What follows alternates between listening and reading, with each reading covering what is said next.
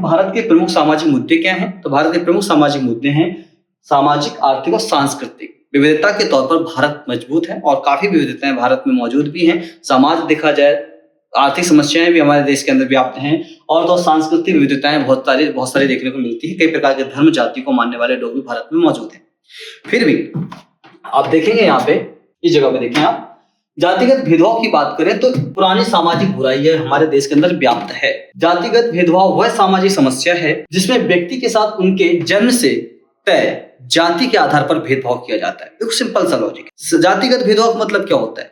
समाज के अंदर एक वर्ण व्यवस्था बनाई गई जो मनुस्मृति ने प्रथम सहस्त्राब्दी में स्थापित किया था। तो मनुस्मृति के द्वारा बनाई गई वर्ण व्यवस्था के अंदर जो वर्ण बनाए गए थे, ब्राह्मण, क्षत्रिय, वैश्य और शूद्र, अगर हम उनकी तुलना कर लें तो ऐसी स्थिति में होता क्या है कि जो सबसे नीचे शूद्र लोग हैं उनका फर्ज है कि वो पूरे ऊपर की ब्राह्मण, क्षत्रिय, वैश्य की सेवा करें और इसीलिए उन शूद्र को सबसे नीची वाली कैटेगरी में शामिल किया गया। आपको याद होना चाहिए डॉक्टर भीमराव अम्बेडकर जी ने जब लास्ट टाइम पे उन्होंने बौद्ध धर्म अपनाया था। क्यों? क्योंकि उनको कहीं ना कहीं तो लगा होगा ना कि जो मनुस्मृति के द्वारा जो एक वर्ण व्यवस्था बनाई गई है वो समाज के लिए बहुत ही घातक है। आज की डेट में बहुत सारे लोग मनुस्मृति की वर्ण व्यवस्था को बहुत अच्छा मानते हैं। ब्राह्मण, क्षत्रिय, वैश्य जैसी व्यवस्थाएं मौजूद है, शूद्र जैसी व्यवस्थाएं मौजूद है। शूद्र कैटेगरी से डॉक्टर भीमराव अम्बेडकर भी थे, उन पर अत्याचार भी हुए, यहाँ तक कि उनको स्कूल में पढ़ने का मौका भी नहीं मिलता था। बाहर खिड़की पर खड़े होकर पढ़ा करते थे। वो कैसे उन्होंने पढ़ाई की और इतना पढ़ा उन्होंने के बाद में वो बैरिस्टर भी बने, वकालत की तैयारी भी की उन्होंने, वकील बने और लेकिन अंत में वो चाहते तो दलित ही रहते ना,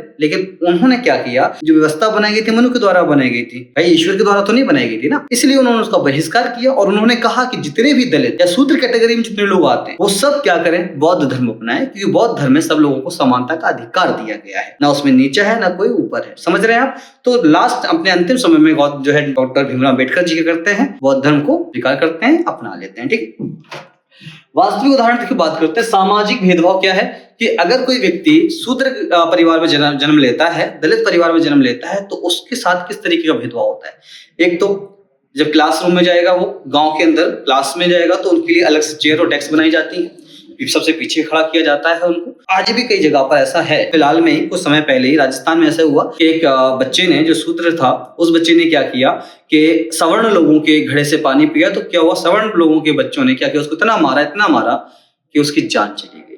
जब इसकी आवाज उठाई गई तो उसको दबाने के लिए स्कूल प्रशासन के द्वारा 10 लाख रुपए तक का ऑफर दिया गया, क्योंकि वो स्कूल में जो प्रिंसिपल्स भी थे वो भी सवर्ण थे, टीचर्स थे वो भी सवर्ण थे, उच्च जाति के थे। तो उन लोगों ने कोशिश की थी कि इन दलित को, यानी इनके जो बेटा खत्म हुआ उसको पैसे से दबा दिया जाए, लेकिन नहीं हुआ, वो मामला उछल गया। बाद में उनको न्याय भी दिया गया। ठीक है, आज भी कई गांव में देखा जाता है कि जो दलित परिवार होते हैं, दलित लोग होते हैं, उनको कुओं पर जाने की इजाजत नहीं होती है। उनके अलग तालाब और उनके अलग कुएं होते हैं, अगर वो जातिगत कुएं और तालाब बटे होते हैं उनके। और सबसे बड़ी बात है कि उनको, यानी कि दलितों को, आज भी कई जगह पर, कई ऐसे क्षेत्र हैं जहां पर मंदिरों में प्रवेश भी नहीं है और मंदिर में प्रवेश वर्जित है। तो 77 साल संविधान को बने हुए हैं, संविधान में साफ कहा गया, समानता का अधिकार दिया गया, सबको बराबर का अधिकार दिया है, लेकिन आज भी कई जगह पर ये चीजें फॉलो नहीं होती हैं, लोग मानने को तैयार नहीं है, क्योंकि हमारे समाज के अंदर, हमारे देश के अंदर जातिगत जो जड़ें हैं ना, इतनी गहरी हैं, उनको उखाड़ के बाहर फेंक पाना बहुत मुश्किल और नामुमकिन तो है नहीं है, पर मुश्किल बहुत है। कोशिशें बहुत करनी पड़ेंगी। इसके लिए हर एक व्यक्ति को जागरूक होना होगा। सबसे इंपॉर्टेंट चीज ये है कि हर एक व्यक्ति को शिक्षित होना होगा, पढ़ना होगा।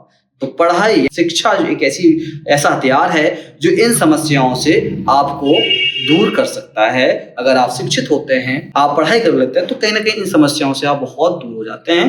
आप वास्तविक उदाहरण समझ में आ गया आपको? ठीक है, मैं उसके बाद देखिएगा, छुआछूत की प्रथा हमारे समाज में आज भी मौजूद है। लोग अब भी छुआछूत की प्रथा मानते हैं, जबकि ऐसा सिर्फ मनुस्मृति में कहा गया है, ऐसा ईश्वर ने नहीं कहा है। अगर आप देखेंगे, आपने देखा होगा मूवी आई थी पीके, उसमें क्या होता है, सबसे पहले सीन क्या आता है कि वो एक बच्चे को उठाता है और ऐसे घुमा के देख रहा होता है और चेक कर रहा होता है थप्पा कहाँ लगा हुआ है। थप्पा चेक करता है ना, भाई मोहर तो लगी होनी चाहिए जातिगत की, ये मुस्लिम है, ये हिंदू है, ये सिख है, ये ईसाई है, ठीक है, ये बौद्धिज्म है, ये जैनिज्म है, ये जैन को मानने वाले जैनिज्म लोग हैं, ऐसा तो नहीं है ना।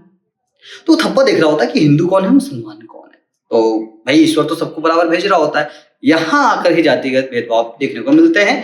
तो छुआछूत की प्रथा देश में आज ही मौजूद है, जो संविधान कभी लागू नहीं करता, संविधान इसके खिलाफ है।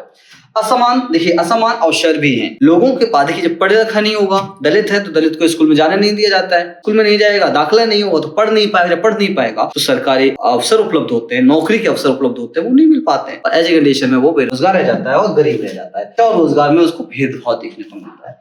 जातिगत हिंसा की बात करें, सामाजिक बहिष्कार और अत्याचार भी इनके साथ होता है। तो आपने देखो कई बार माओ लिंचिंग जैसी समस्याएं देखने को मिलती हैं। यहाँ तक कि कई बार तो ऐसा भी देखा गया है कि कोई अगर दलित किसी ऊंचे पद पर पहुंच गया है तो उसको इस्तीफा देना पड़ गया है। कभी हाल फिलहाल में हरियाणा में एक एसडीएम का केस आया था, और उस एसडीएम का केस क्या था, उसमें यही था कि वो उनके यानी कि एक दलित होने के नाते जो सवर्ण लोग थे, उनके कर्मचारी जो लोग थे, वो उनके साथ सही व्यवहार नहीं करते। यानी कि जैसे कि आप जानते हो कि भाई अधिकारी व्यक्ति है तो उसको सल्यूट करना जरूरी है, और लोग सल्यूट क्यों नहीं करते थे, क्योंकि वो दलित वर्ग से आता था। अगर वो सल्यूट कर लेते तो उनके अंदर जो सवर्ण वाली फीलिंग थी, जो सवर्ण वाली जो भावना भरी हुई थी, उसको ठेस पहुंच जाती। इस वजह से कई बार उसको कई तरीके से प्रताड़ित भी किया गया। यहाँ तक कि जो उसके मैदान के अंदर जो सरस्वती पूजा होती थी, सरस्वती मंदिर था, उसमें भी पूजा नहीं करने दिया जाता था, अधिकारी को नहीं करने दिया जाता था। अभी हाल की बात है, ठीक है ना।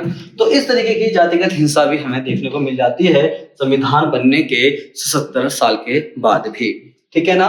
बात करते हैं लैंगिक असमानता की। तो लैंगिक असमानता क्या है? आज भी हम देख सकते हैं कि हमारा संविधान आर्टिकल 12 से लेकर 18 तक हमें देता है कि आप समानता का अधिकार है कि जातिगत आधार पर, धार्मिक आधार पर और लैंगिक आधार पर भेदभाव नहीं कर सकते हैं। लेकिन लैंगिक आधार पर भेदभाव देखने को मिल रहा है। देखें आप, लैंगिक असमानता वह स्थिति है जहां महिलाओं और पुरुषों को बराबर का अधिकार नहीं दिया जाता है। रीजन क्या है कि आज हमारा समाज कैसा है? पुरुष प्रधान समाज है। कैसा है? पुरुष प्रधान समाज है, या पितृसत्तात्मक समाज हमारा मौजूद है। इसमें पितृसत्तात्मक समाज होता क्या, समझिएगा। पितृसत्तात्मक समाज में पिता या उसका बेटा ही आगे उस परिवार का सदस्य होगा या वंशज होगा।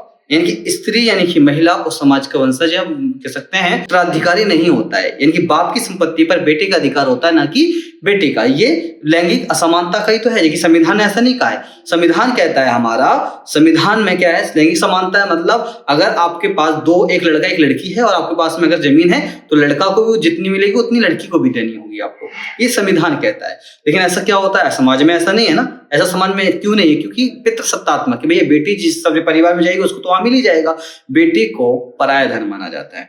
कैसे यार, मुझे समझ में नहीं आता कि आखिरकार लोग कैसे कह लेते कि बेटी पराया धन है। भाई पैदा आपने किया, बड़ा आपने किया, शिक्षा आपने दी, उसको कॉलेज की शिक्षा आपने दी, उसे यूनिवर्सिटी की शिक्षा आपने दी, उसको पढ़ा लिखा कर डॉक्टर, इंजीनियर, वकील आपने बनाया या नहीं भी बनाया, पाला पोसा ना, बड़ा किया ना, और फिर भी कहते कि तो लड़की पराये घर की। कैसे कह सकते हैं आप? नहीं कह सकते ना। ये उनके साथ अत्याचार ही तो है, लैंगिक भेदभाव ही तो है। लड़की बर्तन साफ करेगी, लड़की झाड़ू लगाएगी, लड़की रोटी बनाएगी, और लड़के क्या करेंगे? तंबूरा। तो लड़कों के लिए अलग व्यवस्था बना देगी। लड़के बाहर दुकान पे जाएंगे, बाहर का काम लड़के करेंगे, अंदर का काम लड़कियां करेंगी, लड़कियां करेंगी। तो ये क्या है? ये लैंगिक भेदभाव है।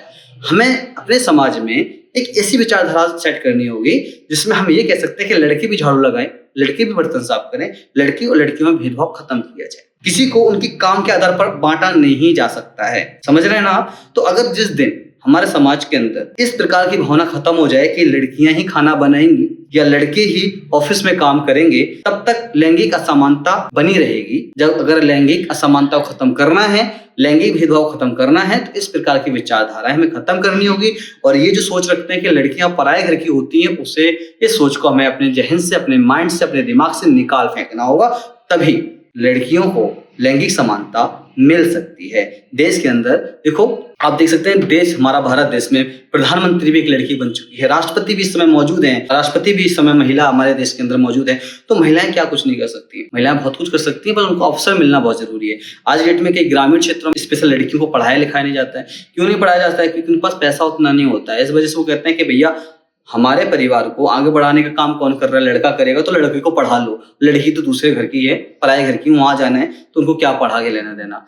तो ये आप उनके साथ भेदभाव कर रहे हो, लड़की के साथ अत्याचार कर रहे हो। वही बात जब वो किसी और घर में जाएगी, शादी होके जाएगा, तो वहां शादी होके जाएगी तो वो किसी और पर आश्रित होगी, निर्भर होगी। अगर पढ़ी लिखी होती तो खुद का भी काम कर सकती थी वो, लेकिन आपने उसको पढ़ाया ही नहीं, क्योंकि आपने तो कह रही है तो पराये घर की है। ऐसी स्थिति में वो दूसरे जब घर जाती है तो वो वहां क्या करती है? दूसरे के यानी किसी और व्यक्ति के अंडर होती है, यानी अंदर होती है, वो आश्रित होती है, उस पर निर्भर होती है। अगर वो कमाएगा तभी उसको खाना मिलेगा, अदरवाइज नहीं मिलेगा। तो आप उसको ऐसा क्यों कर रहे हो? उसको आत्मनिर्भर बनाओ ना, किसी और पर निर्भर क्यों बना रहे हो? लड़का भी आपने पैदा किया, लड़की भी आपने पैदा की है, तो दोनों को ही क्या करें, आप दोनों को ही खुद पर आश्रित करें, ना कि किसी और पर आश्रित होने दें।